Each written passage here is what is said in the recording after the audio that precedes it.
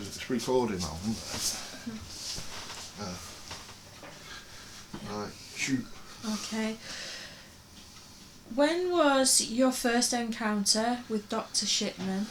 Right, my first encounter with Dr. Shipman was when I was about 17, right, and I broke my ankle playing football, and was supposed to see him and get it plastered up or something, and he just basically ignored me. And my dad's friend, who knew all, herbal remedies and all that, he come round and put a thing on my leg and helped it get better. Okay. Yeah, that's not on my medical records. Right, so was all your family members on the Shipman's register? Everyone. Okay. Did any of your family members have any bad encounters with Shipman? He tried to kill my mother. He left her unconscious for like 10 or 12 hours, I think it was. I didn't know this at the time, I found this out afterwards, yeah.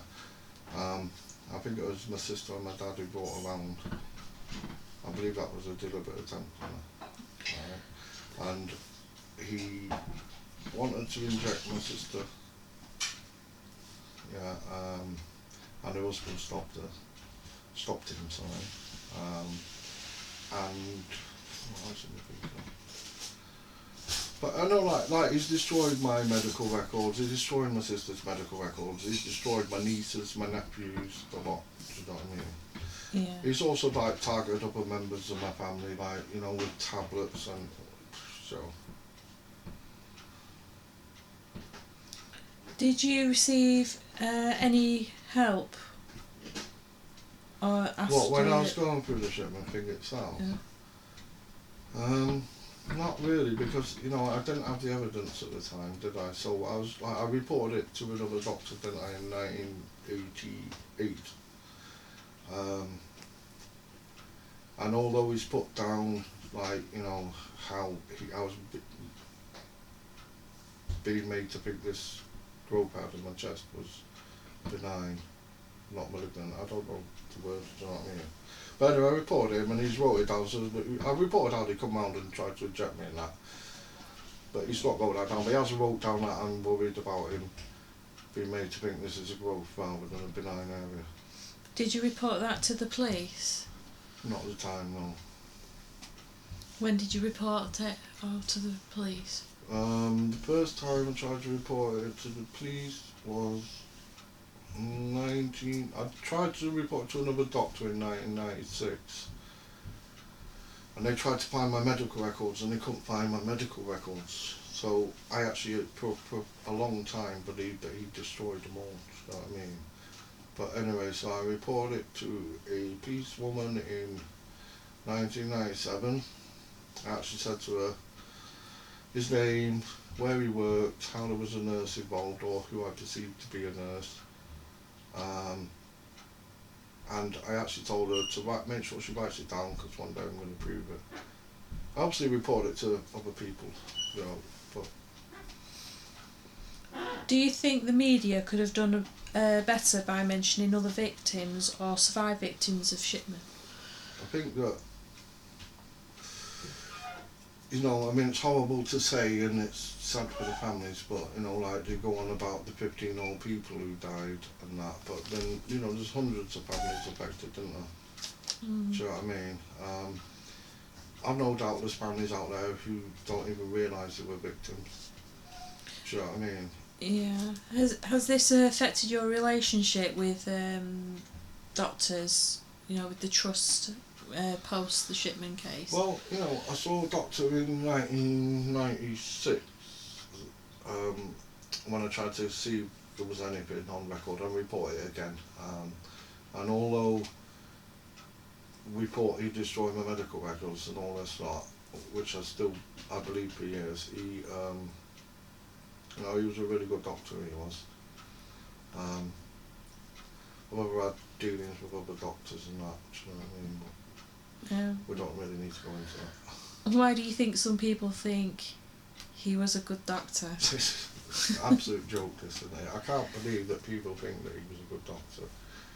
I cannot believe that people perceived someone who destroyed hundreds of families' lives was evil as they come. How could you possibly think he was a good doctor? And the mainstream media have got a lot to play here, haven't they? Because, you know, like, the every year you saw it in the paper, oh, I thought Dr. Shipman was a good doctor. Dr. Shipman was evil, and that's the end of it, isn't it? You know, how can he possibly be a good doctor when he's murdered people? Do you know what I mean? It's true though, isn't it? You know what I mean? How do, you know... When it all came out, is that when you decided, well, not when you decided, is that when everything came together? Was when, did you see it on the media of when it all came out, or...? He got arrested, and then he got bailed, and then I went to the doctors to see if there was anything there on my medical records, but because I'd only lived here a few days, I don't think they actually even had my medical records at the time. So, what happened? I went to, I got a social worker, and she took a statement off me about it and everything, do you know what I mean? Before we had a trial. I completely forgot your question off, it was all basically me. What was it again? I was asking when it all came out in the media, was that when it triggered all the events basically of what had happened to you and your family? Or to your Well, mum? I've always known that. I mean, I've known that since the day he tried to kill me, haven't I? So, obviously, and I've always tried to do something about it. What I didn't know was that he was doing this to loads of people, obviously. I obviously couldn't know that, could I? No. When did Shipman try to kill you? October the 6th, 1987, at approximately 1:45 in the afternoon. Do you want me to go into the details? Yeah, go into the details. Right, so for years he was playing me up against the army, claiming the army won't release my medical records, you know, over the growth I had in my chest. Yeah. And this is what he was doing. So from like 1986 to obviously the day he tried to kill me, he was filling me up with tablets. He was, I don't even know what they were. Do you know what I mean? He was basically grooming me, wasn't he? Do you know what I mean? He was, every time I went to see him, oh, the army haven't released your medical records, and he was playing other members of my family up against me. Do you know? Anyway, on October the 6th, 1987, I obviously remember this distinctly, I went to see him again to see about the army releasing my medical records, and the pains was getting in my arms and whatever. Anyway, he said to me, he said, he gave me these 3 tablets, and he said, right, you know, these tablets are going to make you ill. Yeah, and we need to come round and see you later, you know, to make sure you're alright, because these tablets will make you alright. And he started asking me, like, you know, who's at home now? And I said, like, oh, my dad don't live with me anymore because he'd moved out a couple of weeks before. And my wife was staying with her mother-in-law with the baby, the little girl who was 10 days old. So there was obviously no one at home, was there? And then he started saying that, and this is kind of like clicked to me later on. He said to me, like, what time does your bus leave? And all that. And I obviously realised now he was working out the times, wasn't he? Yeah. Do you know what I mean? Yeah.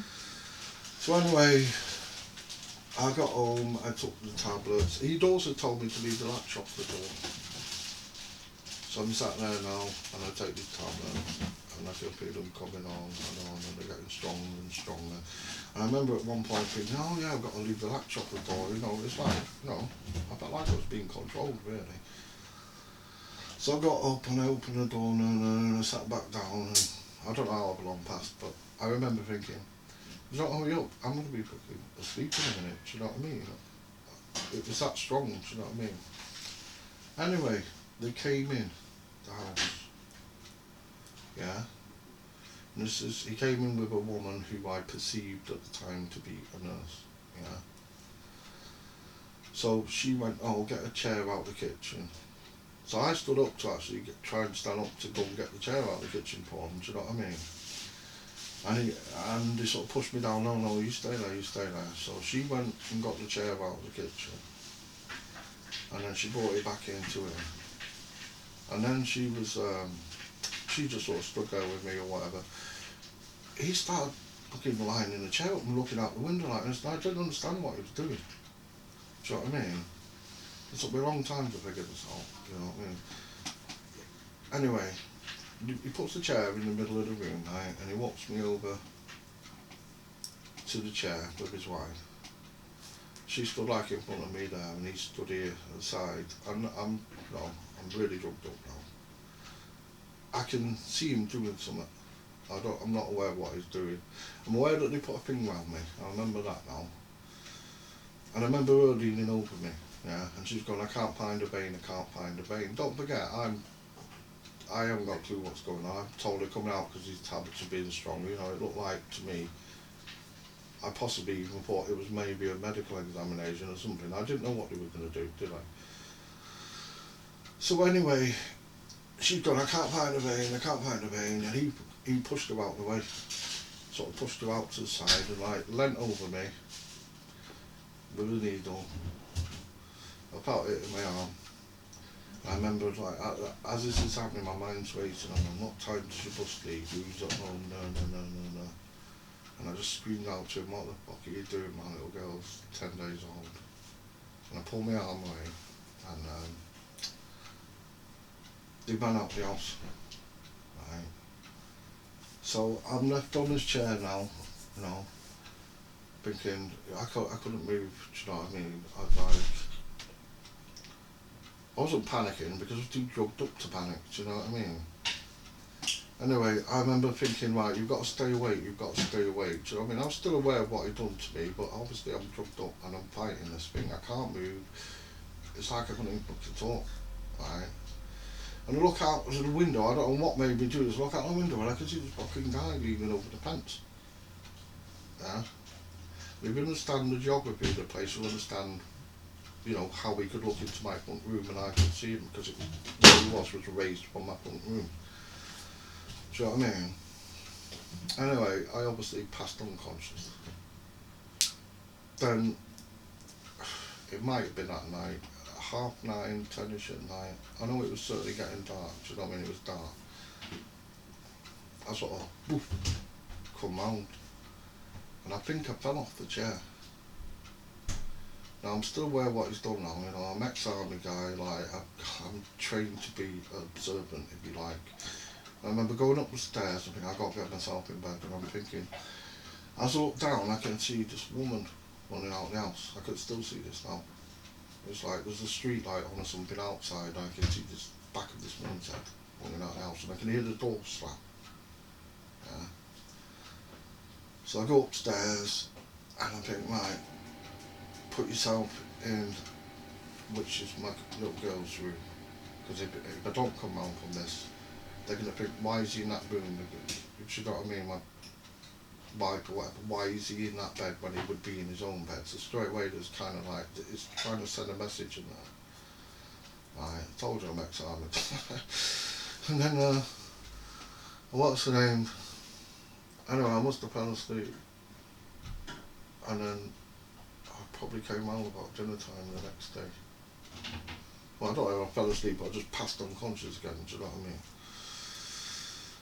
And anyway, I come downstairs, the chair's still in the thing, the door's still wide open, do you know what I mean? I was absolutely confused about this at the time, I remember that. And then I remember a few hours later phoning my wife up, and she's like, where was you last night? I'm like, what do you mean, where was I? She's like, you should have phoned me. I think, oh right, yeah, you know. And I didn't understand where, you know what I mean? And then I went to work as well, and I go, where was you last night? And I didn't understand what they were going on about. Because I don't actually think I was unconscious for like a day. I think I'd gone through the next day and woke up the day after. And it took me to like 2008 to figure this out. Do you know what I mean? Because it just, obviously, when you're ill and you've had a heart attack and that, you're like, you know, you're in shock, aren't you, mate? You know what I mean? So it always like puzzled me all this anyway. Do you know what I mean? So I obviously didn't have anything to do with doctors again. We moved to Newport in Wales, and I actually got took in hospital about 6 months later. I was being sick and I was throwing up blood and everything, and I started to lose all my hair and everything, do you know what I mean? And then I went to see another doctor, and that's the doctor who obviously he's put down, he's worried that, you know, he's making me think I've got cancer and everything, do you know what I mean? And what happened? Anyway, about, well, it was 3 years later, we was living back in Hyde, and my wife was feeling a bit depressed and everything, and she says to me, you know, I'm going to go and see Dr. Shipman and, you know, get some happy tablets or whatever you want to go on, you know, and I warned her not to go and see him, you know, because of what happened, you know. I was trying to tell people, it was just like, you know, it was not like I had a witness there, or I had, you know what I mean, I didn't have anything, and I was totally, you know, it's alright. So I told her anyway, I'm not going into all the details of what happened and that because it's irrelevant, but she started taking the tablets and he basically started sending her notes, and it caused us to split up some 9 or 10 months later. I was 1991, and obviously I lost my 2 children for 24 years because of it. Do you know what I mean? And then what did I do then? And I just kind of drifted for a few years, and then in 1996 I decided to try and do something. I actually thought I was going nuts by then, do you know what I mean? So I went to see the doctor in Buxton, and they couldn't find my medical records. So I actually believed he destroyed my medical records. So, you know, apart from being ill when the inquiry was going on and all this stuff, I didn't actually think or believe there was any medical records because I've been told that they'd gone missing. Do you know what I mean? You know, so with Johnny being ill and everything else, you know, and I had a heart attack, didn't I, 6 months after that. You know, I was just really, really ill for years after. And I had the police telling me to get in contact with the inquiry, but to be honest, I wasn't sure what the inquiry was. I didn't watch telly, I didn't talk to anybody from Hyde, I didn't want to give... What I did tell the police was there was a nurse involved and she's getting away with her crimes, because I still perceived her to be a nurse. Yeah.